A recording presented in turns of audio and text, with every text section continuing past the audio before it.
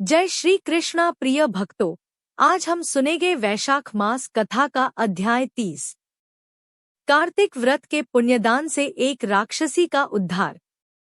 नारद जी कहते हैं, कार्तिक के उद्यापन में तुलसी के मूल प्रदेश में भगवान विष्णु की पूजा की जाती है, क्योंकि वह उन्हें अधिक प्रीति प्रदान करने वाली मानी गई है।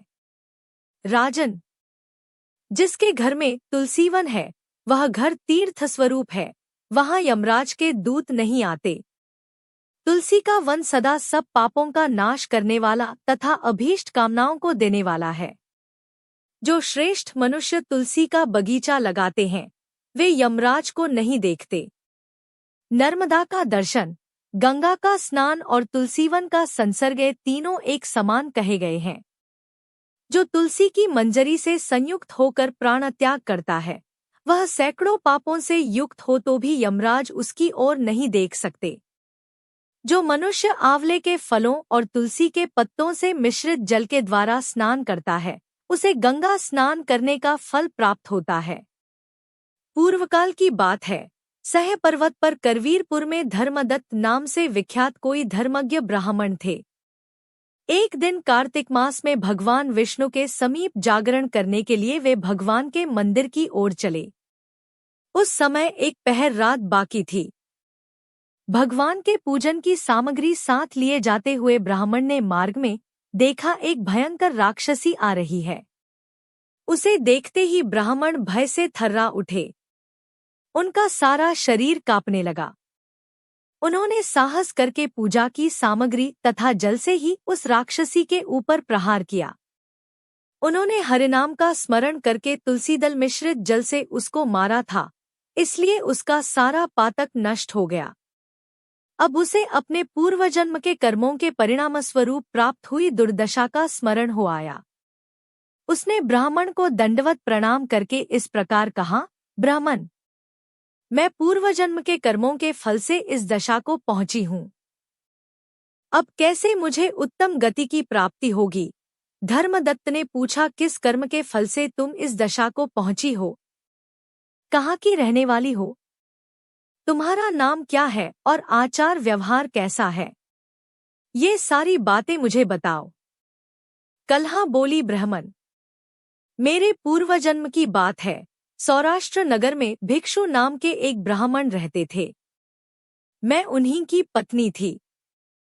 मेरा नाम कल्हा था और मैं बड़े क्रूर स्वभाव की स्त्री थी। मैंने वचन से भी कभी अपने पति का भला नहीं किया, उन्हें कभी मीठा भोजन नहीं परोसा। सदा अपने स्वामी को धोखा ही देती रही। मुझे कलह विशेष प्रिय था, इससे मेरे पति का मन मुझसे सदा उद्विग्न रहा करता था। अंततोगत्वा उन्होंने दूसरी स्त्री से विवाह करने का निश्चय कर लिया। तब मैंने विष खाकर अपने प्राण त्याग दिए। फिर यमराज के दूत आए और मुझे बांधकर पीटते हुए यमलोक में ले गए। वहां यमराज ने मुझे देखकर चित्रगुप्त से पूछा, चित्रगुप्त, देखो तो सही इसने कैसा कर्म किया है। जैसा इसका कर्म हो, उसके अनुसार यह शुभ या अशुभ प्राप्त करे। चित्रगुप्त ने कहा, इसका किया हुआ कोई भी शुभ कर्म नहीं है। यह स्वयं मिठाइयाँ उड़ाती थी और अपने स्वामी को उसमें से कुछ भी नहीं देती थी। इसने सदा अपने स्वामी से द्वेष किया है, इसलिए यह चमगादुरी होकर रहे तथा सदा कलह में ही इसकी प्रवृत्ति रही है, इसलिए यह विष्ठाभोजी सूकरी की योनि में रहे। जिस बर्तन में भोजन बनाया जाता है, उसी में यह सदा अकेली खाया करती थी। अतः उसके दोष से यह अपनी ही संतान का भक्षण करने वाली बिल्ली हो। इसने अपने पति को निमित्त बनाकर आत्मघात किया है, इसलिए यह अत्यंत निंदनीय स्त्री प्रेत के शरीर में भी कुछ काल तक अकेली ही रहे। इसे यमदूतों के द्वारा निर्जल प्रदेश में भेज देना चाहिए, वहां दीर्घकाल तक यह प्रेत के शरीर में निवास करे। उसके बाद यह पापिनी शेष 3 योनियों का भी उपभोग करेगी। कल्हा कहती है, विप्रवर, मैं वही पापिनी कल्हा हूँ। इस प्रेत शरीर में आए मुझे 500 वर्ष व्यतीत हो चुके हैं। मैं सदा भूख प्यास से पीड़ित रहा करती हूँ। एक बनिए के शरीर में प्रवेश करके मैं इस दक्षिण देश में कृष्णा और वेणी के संगम तक आई हूँ। ज्यों ही संगम तट पर पहुंची, त्यों ही भगवान शिव और विष्णु के पार्षदों ने मुझे बलपूर्वक उसके शरीर से दूर भगा दिया। तब से मैं भूख का कष्ट सहन करती हुई इधर उधर घूम रही हूँ। इतने में ही आपके ऊपर मेरी दृष्टि पड़ी है। आपके हाथ से तुलसी मिश्रित जल का संसर्ग पाकर मेरे सब पाप नष्ट हो गए। द्विजश्रेष्ठ, अब आप ही कोई उपाय कीजिए, बताइए मैं इस प्रेत शरीर से और भविष्य में होने वाली भयंकर 3 योनियों से किस प्रकार मुक्त होंगी। कलह का यह वचन सुनकर द्विजश्रेष्ठ धर्मदत्त ने बहुत समय तक सोच विचार करने के बाद कहा, तीर्थ में दान और व्रत आदि सत्कर्म करने से मनुष्य के पाप नष्ट हो जाते हैं, परंतु तू तो प्रेत के शरीर में है, अतः उन कर्मों को करने की अधिकारिणी नहीं है। इसलिए मैंने जन्म से लेकर अब तक जो कार्तिक का व्रत किया है, उसके पुण्य का आधा भाग मैं तुझे देता हूँ। तू उसी से सद्गति को प्राप्त हो जा।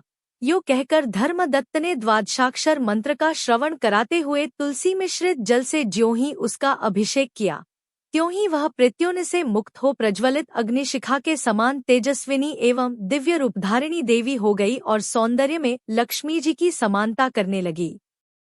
तदंतर उसने भूमि पर दंड की भांति गिरकर ब्राह्मण देवता को प्रणाम किया और हर्षगदगद वाणी में कहा, द्विजश्रेष्ठ, आपके प्रसाद से आज मैं इस नरक से छुटकारा पा गई।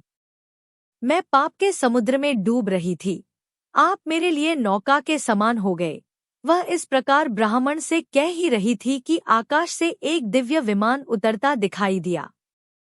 वह अत्यंत प्रकाशमान एवं विष्णु रूपधारी पार्षदों से युक्त था।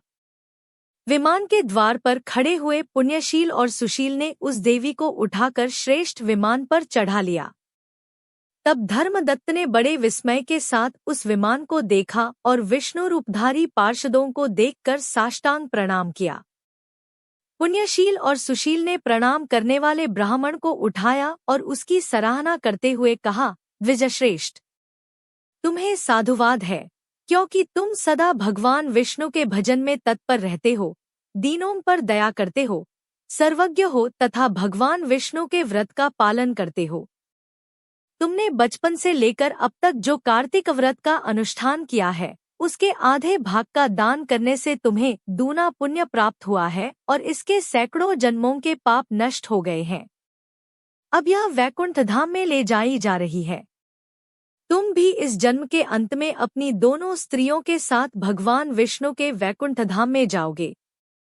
धर्मदत्त, जिन्होंने तुम्हारे समान भक्तिपूर्वक भगवान विष्णु की आराधना की है, वे धन्य और कृतकृत्य हैं। इस संसार में उन्हीं का जन्म सफल है। भली भांति आराधना करने पर भगवान विष्णु देहधारी प्राणियों को क्या नहीं देते हैं। उन्होंने ही उत्तानपाद के पुत्र को पूर्वकाल में ध्रुवपद पर स्थापित किया। उनके नामों का स्मरण करने मात्र से समस्त जीव सद्गति को प्राप्त होते हैं। पूर्वकाल में ग्राहग्रस्त गजराज उन्हों के नामों का स्मरण करने से मुक्त हुआ था।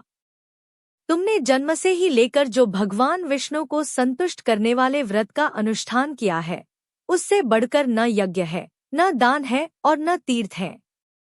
विप्रवर, तुम धन्य हो, क्योंकि तुमने जगतगुरु भगवान विष्णु को प्रसन्न करने वाला ऐसा व्रत किया है कि जिसके आधे भाग के फल को पाकर यह स्त्री हमारे साथ भगवान के लोक में जा रही है।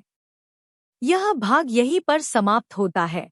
अगर आपको यह कथा पसंद आई हो तो कमेंट बॉक्स में जय श्री कृष्णा लिखकर हमारे चैनल को सब्सक्राइब करके वीडियो को लाइक और शेयर जरूर करें।